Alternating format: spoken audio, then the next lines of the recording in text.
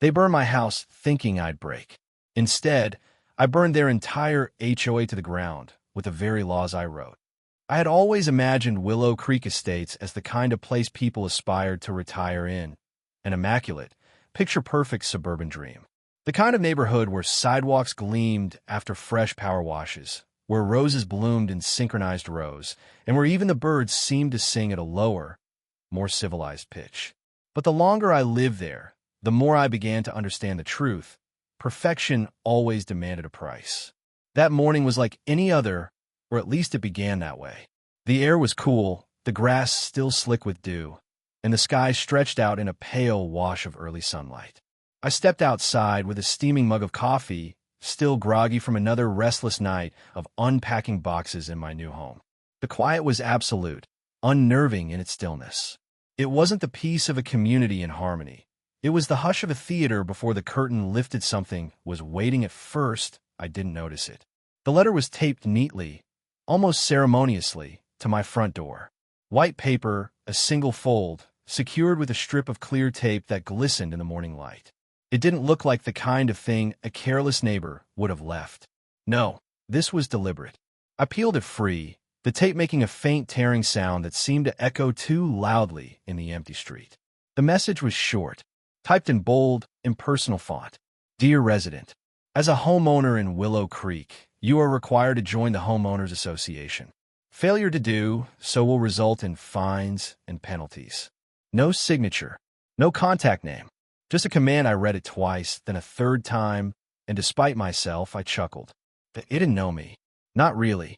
If they had, they would have chosen their words more carefully. For 20 years, I had served on committees and task forces that crafted property statutes for the state legislature. I'd written the very foundation on which HOAs tried to build their little empires. I knew every loophole, every precedent, every obscure clause buried in the stacks of regulations that most board members only pretended to understand. This pitiful attempt at intimidation meant nothing. And yet when I lowered the letter, I felt the weight of eyes on me. Across the street, a woman in pastel yoga pants was bent over her flower bed, pulling weeds that weren't there. Her gaze flickered toward me, then darted away. 2 doors down, a man pretended to check his mailbox, though he'd already retrieved it minutes earlier. A child rode past on a bike, but even he slowed, watching me with the solemn curiosity children reserve for outsiders. It wasn't the letter itself that unsettled me. It was them. The neighborhood wasn't welcoming me. It was sizing me up. I lingered on the porch, pretending to sip my coffee as I let the silence stretch. My house stood out more than I realized. Not because it was messy. It wasn't. I had mowed the lawn just the day before, trimmed the hedges, even swept the walkway. But it lacked the polish of the others. My shutters weren't painted in the approved beige-gray tone. My porch light fixture wasn't one of the approved colonial designs. In my car, parked in the driveway, was a work truck with scratches down the side, not the glossy SUVs that lined the other driveways like luxury ornaments. I didn't belong. And worse, I hadn't asked permission to belong. The letter was their opening move. I tucked the page in my pocket and went inside, locking the door behind me with a quiet finality. The house felt different now. The walls, still bare from unpacking, seemed closer. The floor creaked, as though someone else were moving through the hall. I shook off the thought, but it clung stubbornly to the back of my mind. War had been declared, and I hadn't even hung my first picture frame. The rest of the day unfolded in a haze of routine, but I couldn't stop replaying that moment on the porch. Every time I stepped to a window, I caught sight of the neighbors moving like actors in a play, always glancing my way, always whispering just out of earshot. By mid-afternoon, I unfolded the letter again. The language was sloppy, amateurish. It cited no bylaws, no statutes, not even the name of the association. Just a vague failure to comply threat that would have crumbled under the weight of the first legal challenge. But this wasn't about the law. It was about control. And control didn't need legal footing, it needed fear. I sat at my desk and pulled out a yellow legal pad, the old kind with frayed edges and faint coffee stains, and began to take notes. Old habits from my career resurfaced like muscle memory. Step 1. identify jurisdiction. Step 2, review charter filings. Step 3, map precedent. If they wanted to play legal games, I could bury them in paperwork before they even realized what happened. Still, the unease in my chest didn't fade, because a question lingered. If they knew who I was, if they knew my history with property law, why would they pick a fight they couldn't win? Unless they weren't after a win. Unless they were after something else entirely.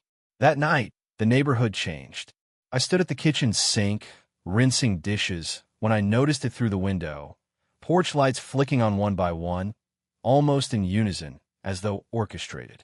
Shadows moved behind curtains, people gathering in living rooms. Cars I hadn't seen during the day now lined the street, their engines ticking softly as they cooled. Something was happening, something I wasn't invited to. I shut off the water and dried my hands, the skin prickling with unease. On a whim, I stepped out into the yard. The night air was cool, fragrant with cut grass and faint chlorine from the neighbor's pool. I walked the length of my driveway, pretending to admire the stars. That's when I heard it, a low murmur. Voices carried faintly from across the cul-de-sac. The HOA president, if they even had one, was speaking. Words were indistinct, but the cadence was unmistakable, formal, rehearsed, the way people spoke when taking minutes were involved. They were meeting. About me. I lingered long enough to confirm it before retreating inside, locking the door and sliding the deadbolt into place. For the first time since moving in, the house felt less like shelter and more like a bunker. I poured myself another drink, stronger this time, and sat in the darkened living room with only the hum of the refrigerator for company. The letter on my doorstep hadn't been a request. It had been a warning. And the way the neighbors' eyes followed me that morning, the way they gathered now in whispered unison, made one thing perfectly clear. This wasn't about an association fee. This was about obedience. And I had just marked myself as the one neighbor who would never bow. The next morning, I woke to find my trash can overturned at the curb, garbage spilling across the street.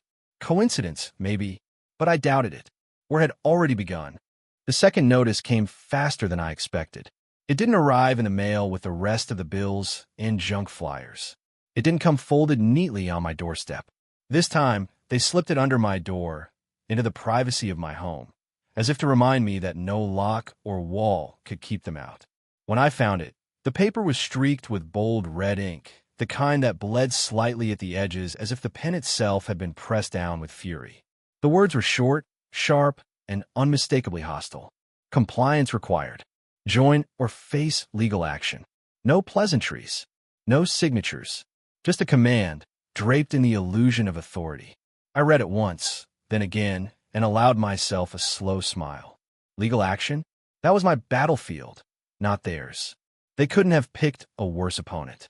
20 years of crafting state-level property statutes, serving as legal counsel to municipalities, and fighting land disputes had given me a certain immunity to threats like these. Their warning was nothing but paper and ink. But the paper itself wasn't what unsettled me. It was the way they delivered it. Someone had crossed the invisible boundary between public space and private sanctuary. Someone had walked up to my house, stood at my door, and shoved this beneath it without hesitation. They wanted me to feel their presence inside my home. They wanted me to know they could get closer than I thought. And worse, they wanted me to know they weren't afraid. The changes in the neighborhood were small at first. The morning after the red ink letter, I walked out to retrieve my mail only to find my mailbox dented, as though someone had struck it with a bat or a heavy boot. It leaned slightly, a subtle tilt that would have gone unnoticed by anyone else, but to me, it stood like a scar. The following evening, I rolled my trash cans to the curb, only to find them toppled over the next morning, their contents spilled and scattered like entrails across the asphalt. Then came the paint, a thin, jagged smear of white across the back fence, hastily applied, not enough to deface the whole structure, but just enough to mark it. A signature, if you will, a reminder. These weren't acts of random vandalism. No kids pulling pranks. No teenagers testing boundaries.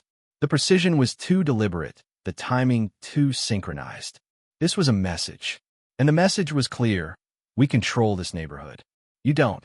Most people would have felt the pressure mounting by now. Most people would have caved, signed the forms, cut the check, and bowed their heads to the unwritten rules of Willow Creek Estates. But I am not most people. I poured myself a whiskey that evening and sat on the back porch, staring at the crooked smear of paint on my fence, and thought about the kind of people I was dealing with. They were small tyrants, hungry for power in the only kingdom they had, the cul-de-sac. Their authority didn't extend past the iron gates of Willow Creek, but here, inside these pristine streets, they ruled with iron fists wrapped in manicured gloves. They underestimated me. They thought I was just another homeowner, someone who bought into their dream of conformity and could be bullied into submission. They thought fear would push me into line, but they had chosen the wrong man. I had spent 2 decades watching how power corrupted, how small committees grew into syndicates of control. I had written laws to curb them, to hem them in, to keep them from turning into the very monsters now breathing at my doorstep. And now, ironically, I would use those very same laws as my sword and shield. Still, I wasn't foolish. When people hide behind paper threats, the war stays in courtrooms. But when they smear paint on fences, dent mailboxes, and sneak onto your porch in the dead of night, that's when the war has already shifted. They weren't just playing bureaucrats anymore. They were testing how far they could push me. And though I hadn't yet retaliated, I could feel the lines being drawn. One side of Willow Creek stood with them, the compliant, smiling neighbors who watered their lawns at the same hour every evening, who displayed seasonal wreaths on their doors, who never parked their cars an inch too close to a property line. And then there was me, the outsider, the dissenter, the one who dared to laugh at their threats.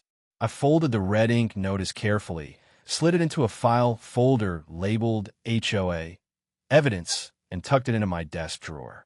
Because though they thought they were waging a silent war of intimidation, I was already preparing for the day their tactics crossed the line into something I could use against them. Because make no mistake, it wasn't a matter of if. It was a matter of when. And when that day came, I wouldn't just defend myself.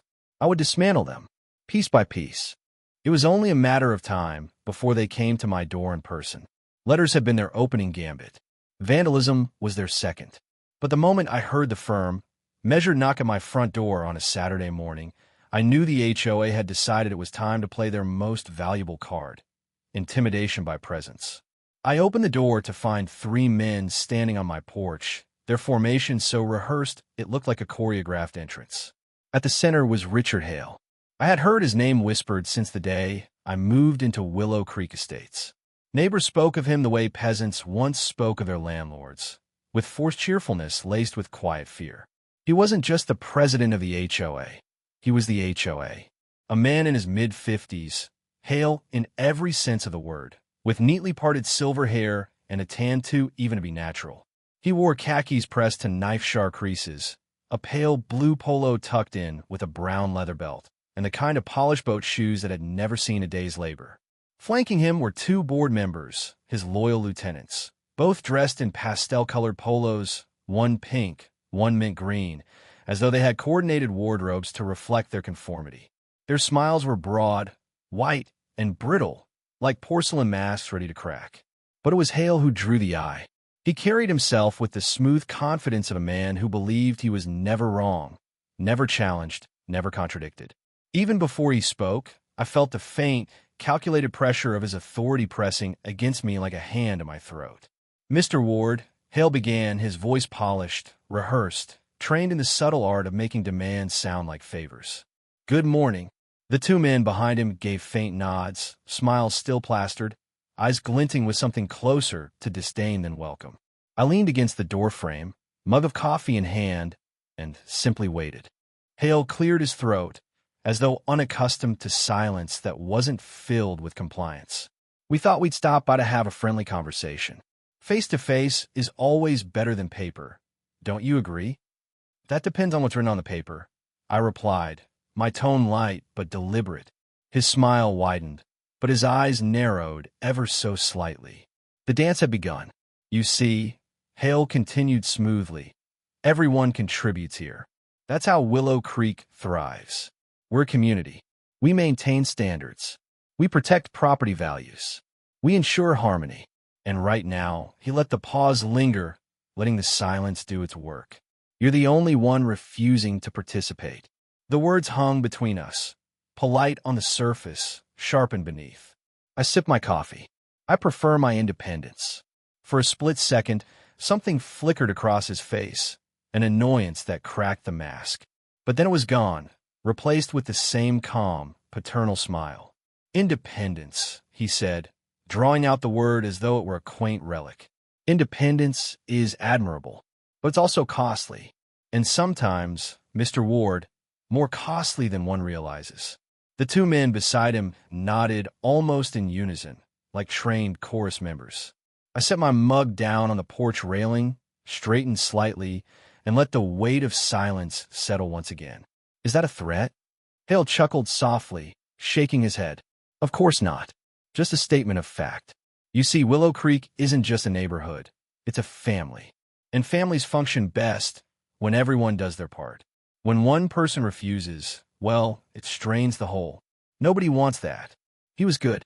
Too good. His words were dipped in honey, but carried the sting of venom. I glanced past him, out at the street. A few neighbors had emerged, suddenly finding excuses to water their lawns, retrieve their mail, or trim hedges that didn't need trimming. Their eyes kept flicking toward us, pretending not to watch, but watching all the same. This wasn't just a conversation, it was theater. Hale wanted them to see me bend. I smiled faintly. I'll keep that in mind. And then, without another word, I closed the door.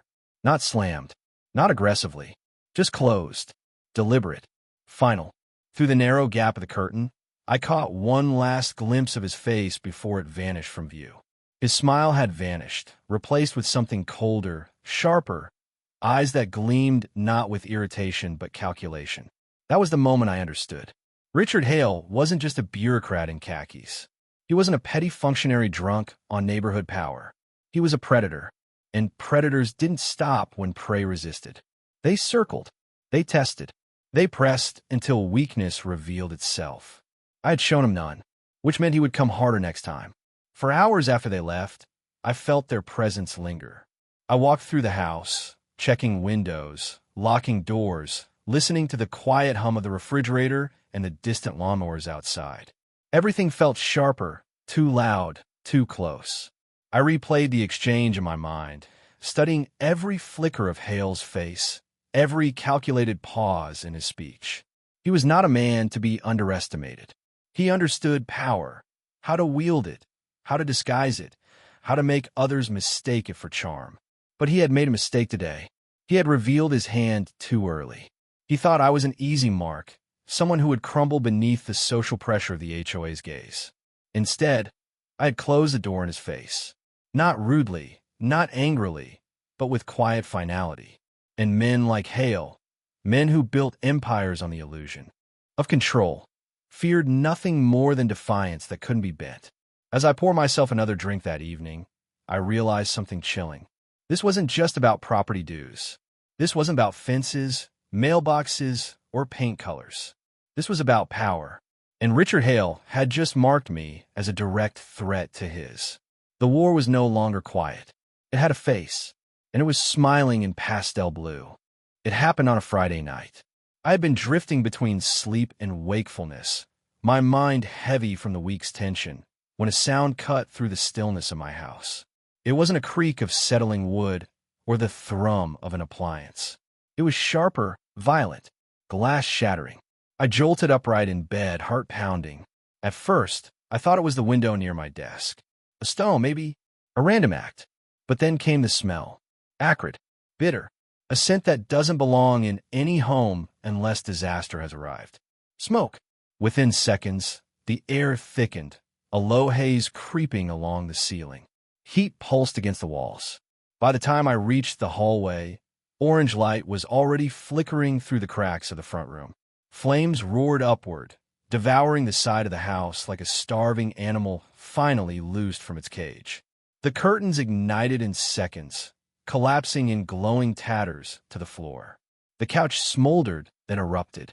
Every sound, the snapping wood, the crashing glass, the furious hiss of fire swallowing oxygen, came together in a deafening chorus. My home was burning. I had seconds, maybe less, to choose what mattered. I grabbed the essentials. My laptop, its hard drive holding documents, scanned files, and decades of work. A lockbox from the study containing titles, contracts, and the kind of papers the HOA would never want me to hold. And nothing else. No photographs. No clothes. Not even my grandfather's watch sitting on a nightstand. The heat pushed me backward as I scrambled to the door. Flames licked at the ceiling, smoke clawing into my lungs. My chest burned as I forced the deadbolt open, shoved the door wide, and stumbled out into the cool night. Behind me, my home became an inferno. I stood in the street, barefoot, clutching the laptop to my chest like a lifeline. The night air was filled with sirens that hadn't yet arrived, with neighbors' voices carried on the breeze. One by one, doors opened, porch lights flicked on, and then came the people. They gathered like spectators at a coliseum, forming small clusters along the sidewalks, their faces bathed in the orange glow of the flames. Some whispered, hands pressed to their mouths in rehearsed shock. Others smirked faintly, as though this were the final scene in a play they had always expected. No one rushed forward with a hose. No one shouted for help. They just watched. And then, at last, Richard Hale appeared. He didn't hurry. He didn't look disheveled or shocked or caught off guard. He arrived with the calm assurance of a man who already knew the ending of the story. His khakis were crisp. His shirt was tucked neatly. He stepped into the light of the fire as though it were a stage spotlight, his expression carefully composed. "Good heavens," he said smoothly, his voice carrying over the crackle of burning wood. "How tragic." The neighbors shifted slightly, their whispers dying into silence. All eyes turned to Hale. He looked at me, standing barefoot in the street, smoke clinging to my hair, laptop clutched to my chest. And then he added, almost regretfully, "Maybe if you'd joined the HOA, we could have prevented accidents like this." The words hit harder than the flames. Not because of the implication. I already knew. But because of the way he said them, calm, casual, delivered with the detached tone of a man noting the weather. This wasn't a tragedy to him. It was a lesson. And the neighbors knew it, too. Some nodded faintly, as if acknowledging the point. Others smirked, the corners of their mouths twitching in satisfaction. A few whispered again, their eyes never leaving me. This wasn't shock. This was ritual. The fire wasn't random. It was a warning. I stayed silent. What was there to say? To accuse him openly, with no evidence, would only feed into his narrative. To shout, to rage, to collapse, I would give them what they wanted, proof that the fire had broken me. So I stood in the street, watching the flames devour everything I had built in Willow Creek. Watching the roof collapse inward with a roar of sparks. Watching the siding curl and blacken until the walls themselves looked like bones charred beyond recognition. I didn't cry. I didn't scream. But inside, something crystallized. They had made a mistake. They thought fire erased everything. They thought by burning my house, they had burned my will, my leverage, my independence. But what they didn't know, what none of them could know, was that the laptop in my arms and the lockbox pressed against my side contained more than personal papers. It contained history, records, and secrets that Richard Hale and his board would never want unearthed. They had tried to reduce me to ashes, but in their arrogance, they had only burned away the pretense. Now, there was nothing left between us but war. And war was something I knew how to win. When the fire trucks finally arrived, too late to save anything, Hale was already back among the neighbors, guiding conversations, reassuring, gesturing with the ease of a politician at a campaign rally. By the time firefighters were dousing the smoldering ruins, he had turned my loss into a neighborhood cautionary tale. I watched him from the shadows, memorizing every movement. His mistake wasn't the fire. His mistake was letting me live to see it. The lockbox was warm in my hands, stood still clinging to its metal surface. The smell of smoke seared into everything I owned. It wasn't heavy, at least not physically, but the weight of what rested inside was enough to topple empires, to make men like Richard Hale wish they had never crossed me. Inside were no jewels, no stacks of money, no secret family heirlooms. What I carried that night was far more dangerous: paper. Pages yellowed at the edges, stamped with legislative seals, marked with notations in my own handwriting. Laws, Not just any laws, but ones I had a hand in creating when I was younger, hungrier, and far more idealistic. I sat on the curb across from what remained of my house. The fire crews doused the last embers, their hoses hissing like snakes in the dark. Neighbors whispered in clusters, throwing me sideways glances, muttering words like stubborn, anti-community, and troublemaker. They thought I was finished. They thought fire erased history. But they had no idea that I had seen this war coming long before they ever decided to wage it. Because buried within that lockbox were the very words that could annihilate the HOA in one stroke. The law before the fire. Years ago, before Richard Hale was even a name whispered in these streets, I had been part of a state legislative committee tasked with revising property laws. At the time, homeowner associations were multiplying like weeds.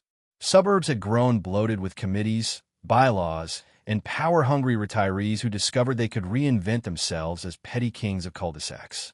On the surface, HOAs promised order, trimmed lawns, freshly painted fences, community standards. But I had watched too many turn abusive, harassing homeowners, issuing impossible fines, even trying to seize houses over trivial infractions. I remember one case vividly. A widow named Ellen was forced into court because her mailbox was painted the wrong shade of brown. She spent her husband's life insurance fighting those tyrants until nothing remained. She lost her house, her health, and her will to fight. That stuck with me. So when the committee asked me to help draft protections for property owners, I sharpened my pen. I wasn't a politician, I was a legal architect, and I wrote with a bitterness forged by stories like Ellen's. The clause I embedded was simple but devastating. Any homeowners association found to engage in harassment, intimidation, or criminal destruction of private property shall immediately forfeit all protections under state law, subject to dissolution by order of the Attorney General's office. Most skimmed past it, seeing it as a safeguard no HOA would ever be reckless enough to trigger. But I knew better. Power makes people sloppy. I called it the Doomsday Clause, and now, years later, standing before the ashes of my own house, I realized it was time to use it. Richard Hale's arrogance. Richard didn't know. None of them did. To the HOA board, I was just the cranky holdout, the stubborn man who refused to bow, refused to pay their dues, refused to let them dictate the color of my shutters or the height of my grass. They thought my defiance made me weak, isolated. But Richard had made his worst mistake yet. He escalated. Arson wasn't intimidation. It was a felony. And by invoking fire, by destroying my home, he had just triggered the exact clause that would make their entire HOA implode. That's what arrogance does. It blinds you. Richard thought he was the wolf circling prey. He didn't realize I had built the trap long before he even set foot in this neighborhood. The lockbox secrets. I flipped through the papers, my fingers trembling from more than exhaustion. Each document was a reminder of my past life, before this quiet neighborhood, before I became the man they thought was just another stubborn homeowner. There were legislative drafts with my annotations, highlighted passages, and meeting minutes with my name signed at the bottom. Proof, not just of the law's existence, but of my authorship. And then there were letters. Letters from lawmakers thanking me for my contributions. Memos confirming my language had been adopted. All admissible evidence. All ironclad. I didn't just have the law, I had the receipts. The strategy. I didn't rush. No, that's what they would expect. Richard thought I'd run to the police, to insurance, to lawyers, screaming about fire and intimidation. He thought they'd drown me in bureaucracy and smugly deny everything. But I wasn't going to fight them on their terms. I was going to bury them with their own ignorance. Step 1. Document everything. I still had my laptop. It contained years of records, emails, notices, threats from the HOA demanding I comply. Some were laughably petty. A warning about the wrong shade of grass. An accusation that my recycling bin wasn't out at the precise HOA-approved time. Others were more sinister. You'll regret resisting us. And accidents happened when people don't cooperate. Step 2. Align it with the law. The harassment was already enough to trigger the clause. But the fire? That was the nail in the coffin. They hadn't just harassed. They had destroyed. Step 3. Play the waiting game. A trap is only effective if the prey doesn't know it's walking into one. If I reveal my cards too soon, Richard would mobilize. He'd call in lawyers, grease palms, lean on connections. No, I needed him arrogant, smug, convinced he had broken me. Because when the hammer fell, I wanted him blindsided. The forgotten architect. As I sat beneath the streetlight that night, I thought about the irony. They believed I was the oddball, the outsider who didn't understand community rules. But I was the one who wrote the rules that governed them. They had no idea their HOA existed only because people like me had once allowed it. They had no idea that same law gave me the power to dissolve them with a single motion. And I smiled through the smoke because I realized something. Richard Hale had just lit the match that would burn down more than my house. He had burned down his entire empire. A flicker of revenge. Neighbors started to disperse, their whispers fading into the night. The fire trucks pulled away. The smell lingered, acrid and bitter, but beneath it was something sharper, hope. I closed the lockbox, the metal clicking shut like the sound of a gavel. They thought they had taken everything from me, but they had forgotten the one thing that mattered most. The law remembers, and I was the one who wrote it. The fire marshal ruled it suspicious. He spoke in the clipped, neutral language of a man who had seen too many tragedies but knew when politics was about to bury truth under paperwork. But I didn't need his verdict. I had already seen it.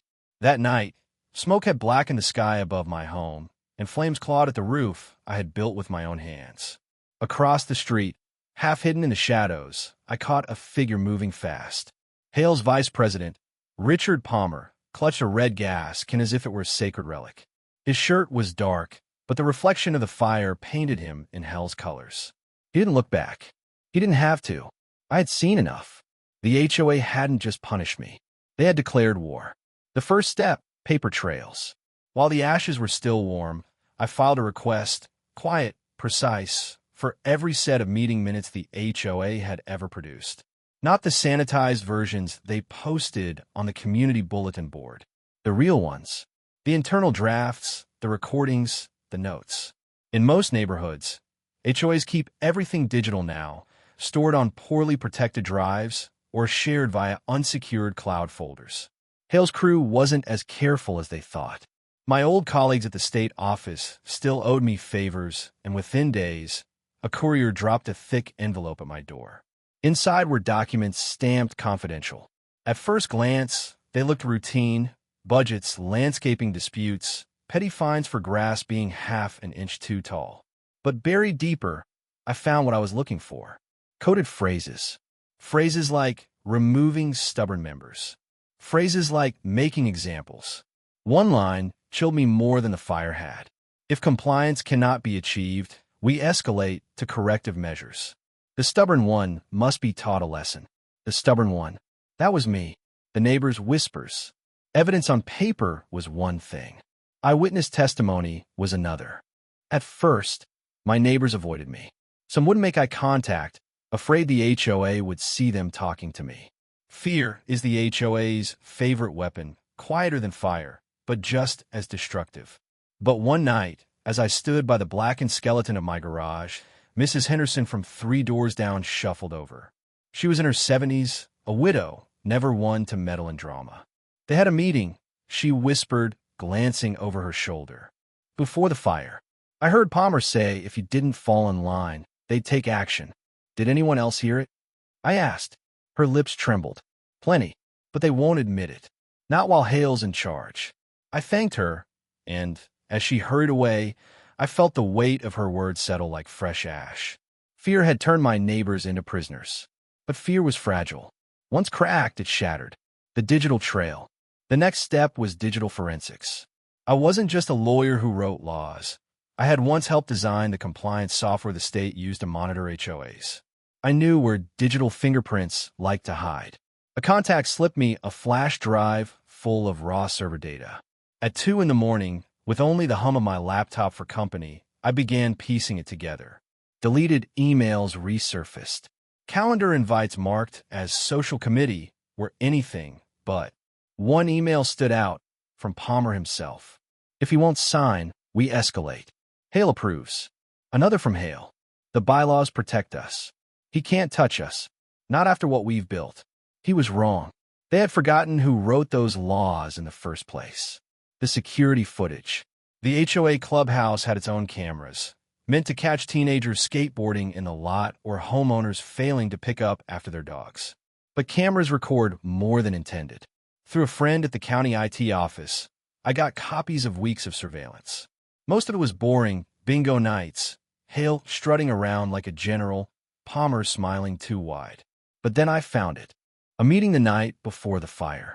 Hale leaned forward at the table, jabbing his finger. "We've tried fines, letters, public shaming," he growled. "It's not enough. He's making us look weak." Palmer's voice followed. "So we escalate?" A pause. Then Hale. "Yes. Teach him what happens when someone spits on this community." The room murmured agreement. No one objected.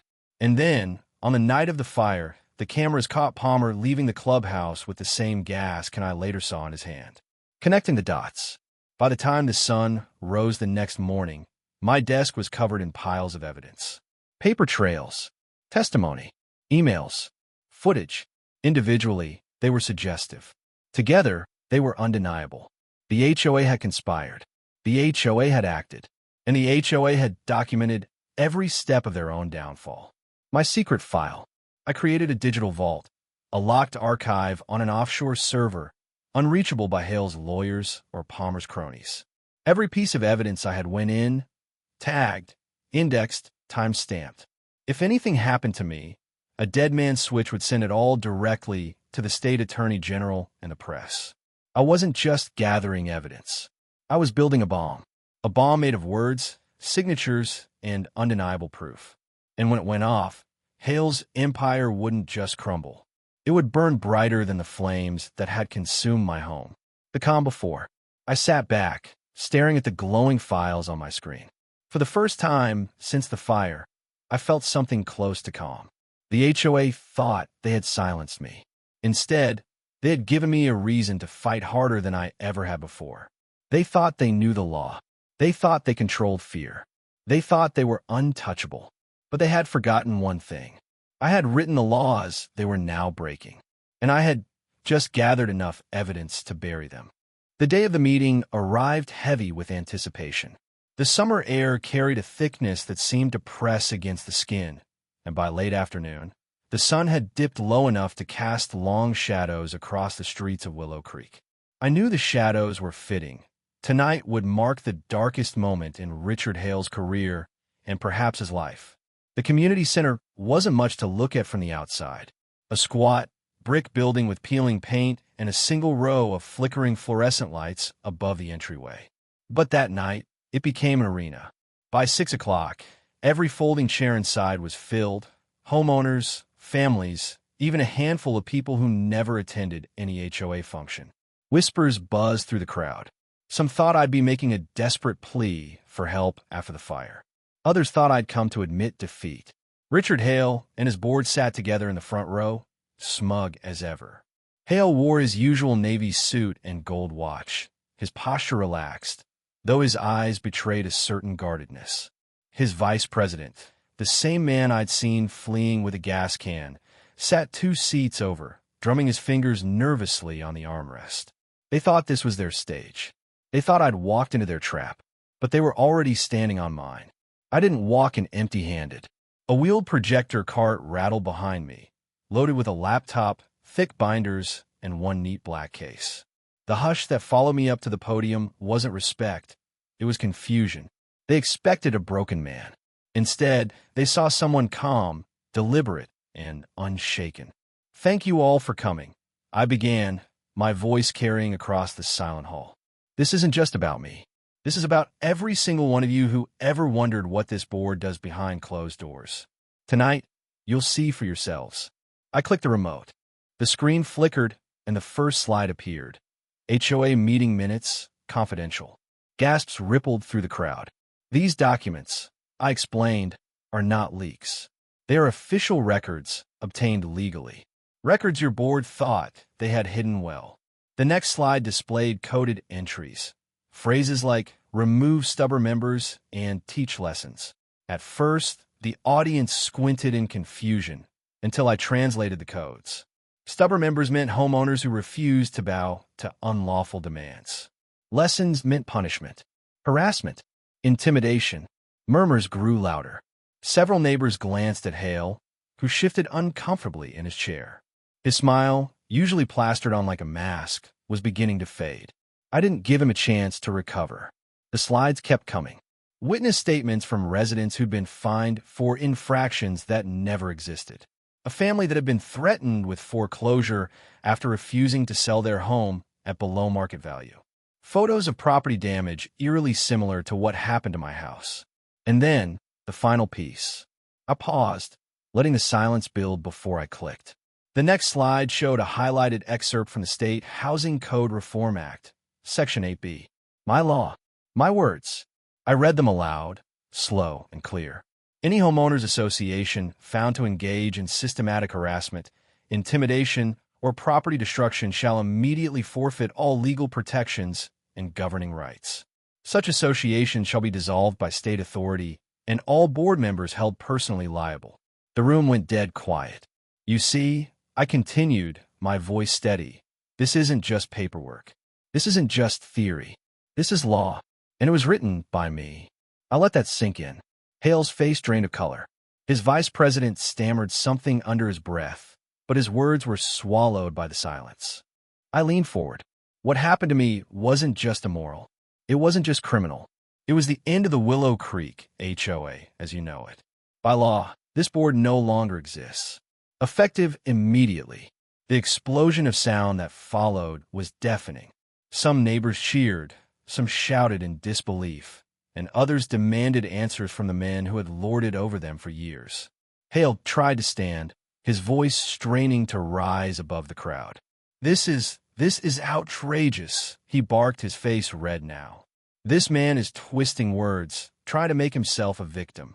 I clicked the remote one last time. On the screen appeared a time-stamped photograph. Hale's vice president, carrying a red gas can down my street the night of the fire. A neighbor's doorbell camera had caught it perfectly. The room erupted. Shouts of "arsonist" and "you burned his house" filled the air. Hale turned toward his vice president, his composure cracking for the first time. The man stammered, It's not what it looks like, but the evidence was undeniable. I spoke over the chaos, my tone calm but final. The law doesn't just remove your authority. It strips away your protections. Every crime you committed under the shield of this HOA now lands directly on your shoulders. No indemnity, no corporate veil, just you, facing the consequences. The board members sat frozen, pale as statues, as the weight of my words sank in. The neighbors they had bullied for years were standing now, shouting, pointing, demanding answers. The power they wielded so casually had dissolved in an instant. And Richard Hale? His face wasn't just white, it was hollow. For the first time, the man who had strutted through our neighborhood like a king realized he was nothing more than prey, caught in a snare. The trap was sprung, and I had just begun tightening the noose. The fallout wasn't just swift, it was a storm that tore through Willow Creek like a cleansing fire.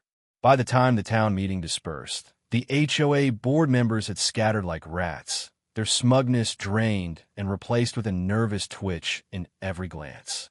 They hadn't expected me to be holding a blade sharpened by the very laws they had once mocked. What they didn't know, what they couldn't have guessed, was that the evidence had already been sealed, cataloged, and delivered to the county sheriff's office hours before they even sat in those folding chairs at the community center. So when the first squad cars appeared that night, their sirens cutting through the quiet suburban streets, no one was surprised except the guilty. It began with Richard Hale. His mansion sat at the end of Oakview Drive, a grotesque testament to his greed. 4-car garage, imported stone facade, fountains that ran even during water restrictions. For years, he lorded over the neighborhood, barking orders through HOA letters and fines, threatening those who didn't fall in line. To see those red and blue lights paint his driveway was something almost biblical. I stood among the crowd, gathering outside his home. Word spread quickly. People emerged from their houses in robes and slippers, some clutching mugs of coffee though it was near midnight, others whispering like they were afraid this was only a dream. The officers didn't bother knocking. They banged once, then entered with authority, their boots echoing on marble floors. Minutes later, Hale was dragged out in handcuffs, his hair disheveled, his face pale. "This is a mistake," he shouted, spit flying from his mouth. "You don't understand. I own this community." But the words sounded hollow now, like the final squeaks of a collapsing empire. Neighbors muttered among themselves.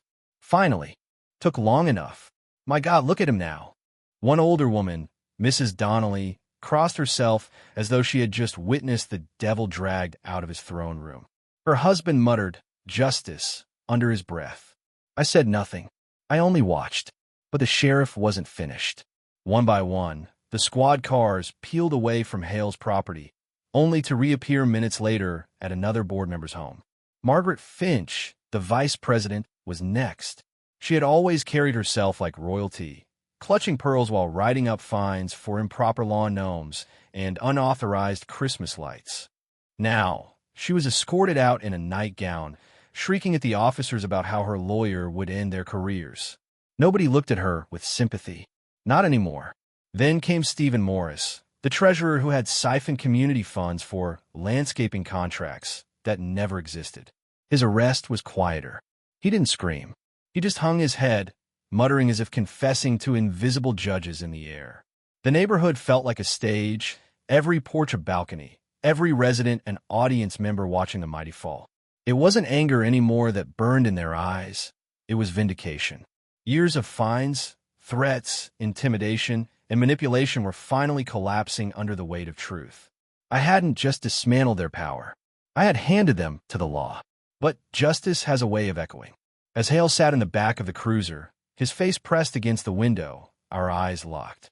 For a second, it was as if the whole street held its breath. His lips curled into a snarl, his voice muffled but clear. "This isn't over." I knew he meant it. People like Hale didn't accept defeat, they plotted. And I also knew that, in his mind, this was betrayal. To him, I hadn't just fought back. I had humiliated him. The cruisers drove away, leaving the crowd buzzing, adrenaline coursing through the veins of the entire neighborhood.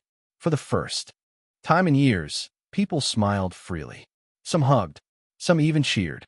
It wasn't just about the arrests, it was about liberation. But the night didn't end there. Inside the sheriff's office downtown, the interrogation rooms lit up one by one. Hale demanded a lawyer, of course. Finch sobbed uncontrollably when confronted with the minutes I had saved from the HOA meetings, the very ones where she had motioned for more aggressive measures against me. Morris cracked within hours, spilling details of the slush funds, the fake invoices, and the backroom deals. Every word he uttered drove another nail into the coffin of Willow Creek HOA. I sat outside those rooms with Detective Alvarez, the man who had taken my file seriously from the beginning. He flipped through the folder, shaking his head. "I'll tell you something, son," he said. "In 20 years, I've seen gangs, syndicates, even white-collar fraud rings. But never an HOA acting like the mob. This case, it's going to set precedent." I leaned back, exhaustion pressing down on me like a weight. For the first time, I allowed myself a thin smile. That's why I wrote the laws the way I did. For people like them. He chuckled, then grew serious. "You made enemies tonight. Big ones. Don't think Hale's going to rot quietly. He'll fight." I already knew. That was the part that kept me awake, long after the neighborhood went to bed with their windows glowing like lanterns of relief. Because the arrests weren't the end. They were only the beginning. The morning after, newspapers carried the story. HOA president arrested in arson, harassment scandal. Photos of Hale in handcuffs covered the front page. Local channels replayed the footage of officers leading Finch out of her home while neighbors stood on their lawns, clapping. It was a public spectacle now, and public spectacles spread like wildfire. Phones rang all day, reporters, lawyers, even state officials wanting statements. Some called me a hero. Others called me reckless. But none could deny the truth. Willow Creek HOA was no more. By noon, a state injunction had been filed. The HOA's accounts were frozen, their properties seized. Every fine they had ever levied was under review. And dozens of families who had lived under their thumb were suddenly free. But for me, The victory was bittersweet, because I could still feel Hale's eyes on me from the back of that cruiser. I could still hear his voice echoing, "This isn't over." And deep down, I knew he was right. The silence after the arrests was almost stranger than the chaos that came before. For years, Willow Creek had been a neighborhood of manicured perfection. Every blade of grass measured, every trash can hidden, every house painted in regulation-approved colors. Now, that polished surface was cracking. The night after Hale was hauled away in cuffs, patrol cars still lingered, their red and blue lights flickering against the once pristine white fences. Neighbors huddled together in small groups, whispering as though their entire reality had been pulled out from under them. At first, no one knew what to do. Hale had been more than just an HOA president. He had been a dictator cloaked in the language of community standards. His absence left a vacuum so deep that even the most loyal residents looked shaken. The first signs of collapse were subtle. A neighbor named Sandra left her Christmas lights up past the arbitrary January 5th deadline. Nobody came to issue a fine. Nobody left a threatening note in her mailbox. She told me later, in a hushed, guilty tone, "It feels freeing, but freedom has its costs." Within a week, the carefully scheduled lawn crews stopped showing up. The HOA's maintenance contracts were under investigation, and with bank accounts frozen, payments to vendors ceased. Grass grew taller than regulation height.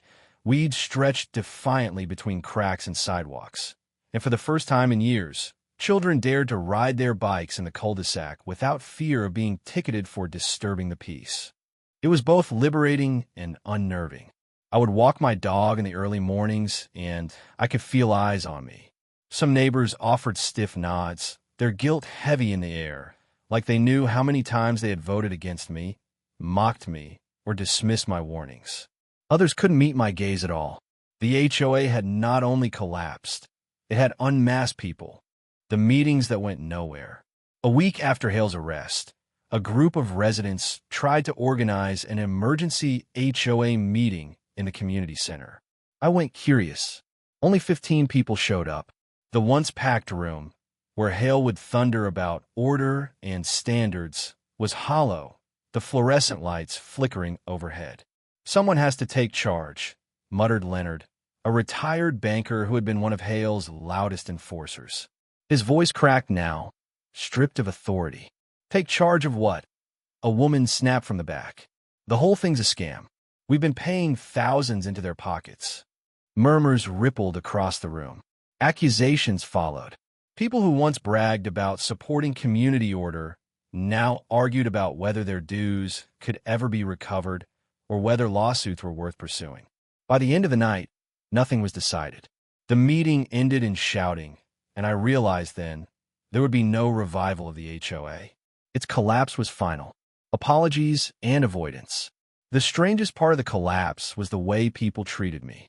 There was Mrs. Green, who once wrote formal complaints about my trash cans being unsightly. She cornered me in the grocery store aisle, wringing her hands. "I hope you know I didn't realize what was happening. We all just trusted Hale. He seemed so confident." I didn't tell her the truth, that she had been complicit, not blind. Instead, I gave her a tight smile and walked away. Others couldn't bring themselves to apologize. They avoided eye contact at neighborhood gatherings, ducked back into their homes when I passed, or suddenly became fascinated by their lawns, ironically now overgrown and wild. But the shift was undeniable. For years, Willow Creek had felt suffocating, like living inside a snow globe where every detail was arranged and controlled. Now the air felt messy, alive. The lawsuits. The collapse wasn't just emotional, it was legal. The sun was sinking low when I returned to the lot where my house had once stood. The air was cool, the faint smell of cut grass drifting from somewhere down the street. But here, on this patch of earth, the scent of ash lingered. What had been walls, windows, doors, and memories had been reduced to rubble, then swept away by contractors. In its place stood fresh beams of wood, a skeleton of a new home taking shape. Bright nails gleamed under the fading light. The sound of hammers echoed faintly, though the workers had long gone for the day. I stood in silence, not out of sorrow, but out of something harder to name. Perhaps it was the weight of finality. Perhaps it was the sharp taste of vindication. Or perhaps it was simply the exhaustion of a war I never asked for, but one I refused to lose. I had won, yet the victory didn't feel like triumph. It felt like freedom, a memory of ashes. I closed my eyes and saw the flames again, the night my house was consumed. I remembered the laughter of some of the board members, muffled but unmistakable, as they watched from across the street. I remembered the smirks, the whispers, the arrogance of people who thought a contract and a title gave them the right to play God over their neighbors. I remembered the heat on my face as the fire department fought to contain it, too late to save what mattered. And I remembered the hollow silence when the smoke finally cleared, when the crowd dispersed, and I stood alone with nothing but embers at my feet. They thought they had broken me, but from that moment I knew they had only awakened something stronger. What fell after? The weeks that followed their downfall were chaos. Without leadership, the HOA crumbled like a sandcastle washed away by a rising tide. Residents who once smirked at me as they enforced arbitrary rules now scrambled, realizing they had been feeding money into a criminal machine. Dues had vanished into pockets lined with fraud and arrogance. When I tipped the state auditors and legal teams off, the curtain was torn down for all to see. Bank accounts were frozen. The glossy newsletters stopped arriving. The compliance officers who once strutted down the street with clipboards disappeared overnight. And the lawsuits began. Some residents tried to pretend they had never supported the board, that they had merely gone along to keep the peace. Others hid behind drawn curtains, unwilling to face the truth of their complicity. A few, just a few, came to me directly. They apologized, quietly, hesitantly. One woman even cried, confessing she'd voted for the fines against me because she was afraid of what the board might do if she didn't. Another man, who had once mocked my untrimmed hedges, offered me coffee and muttered that I had been right all along. But apologies could not erase the past. Willow Creek without its king. For the first time since Willow Creek's gates were erected, the neighborhood looked alive. The perfect lawns began to grow wild, dotted with dandelions and clover. Fences that had once gleamed with HOA-approved paint began to chip and fade, each revealing the natural wear of time. Driveways filled with cars of all shapes and sizes, not just the uniform sedans the HOA had once demanded. It wasn't disorder. It was freedom. Children rode bikes again, leaving chalk drawings on sidewalks without fear of fines. Someone built a tree house in their backyard, an act that would have once drawn a letter of violation. Another family planted a vegetable garden in their front yard, tomatoes spilling over the borders, the soil dark and messy in a way that felt human. Willow Creek was no longer a showroom. It was a neighborhood. My notice. Before I left, I had one last thing to do. The community board, once used to announce fines and threats, stood empty. Its glass case had been cracked, the lock broken, perhaps by angry residents finally tired of being told how to live. I placed a notice inside, pinning it with deliberate care. It wasn't long, but every word carried weight. Remember this: laws are not your enemy.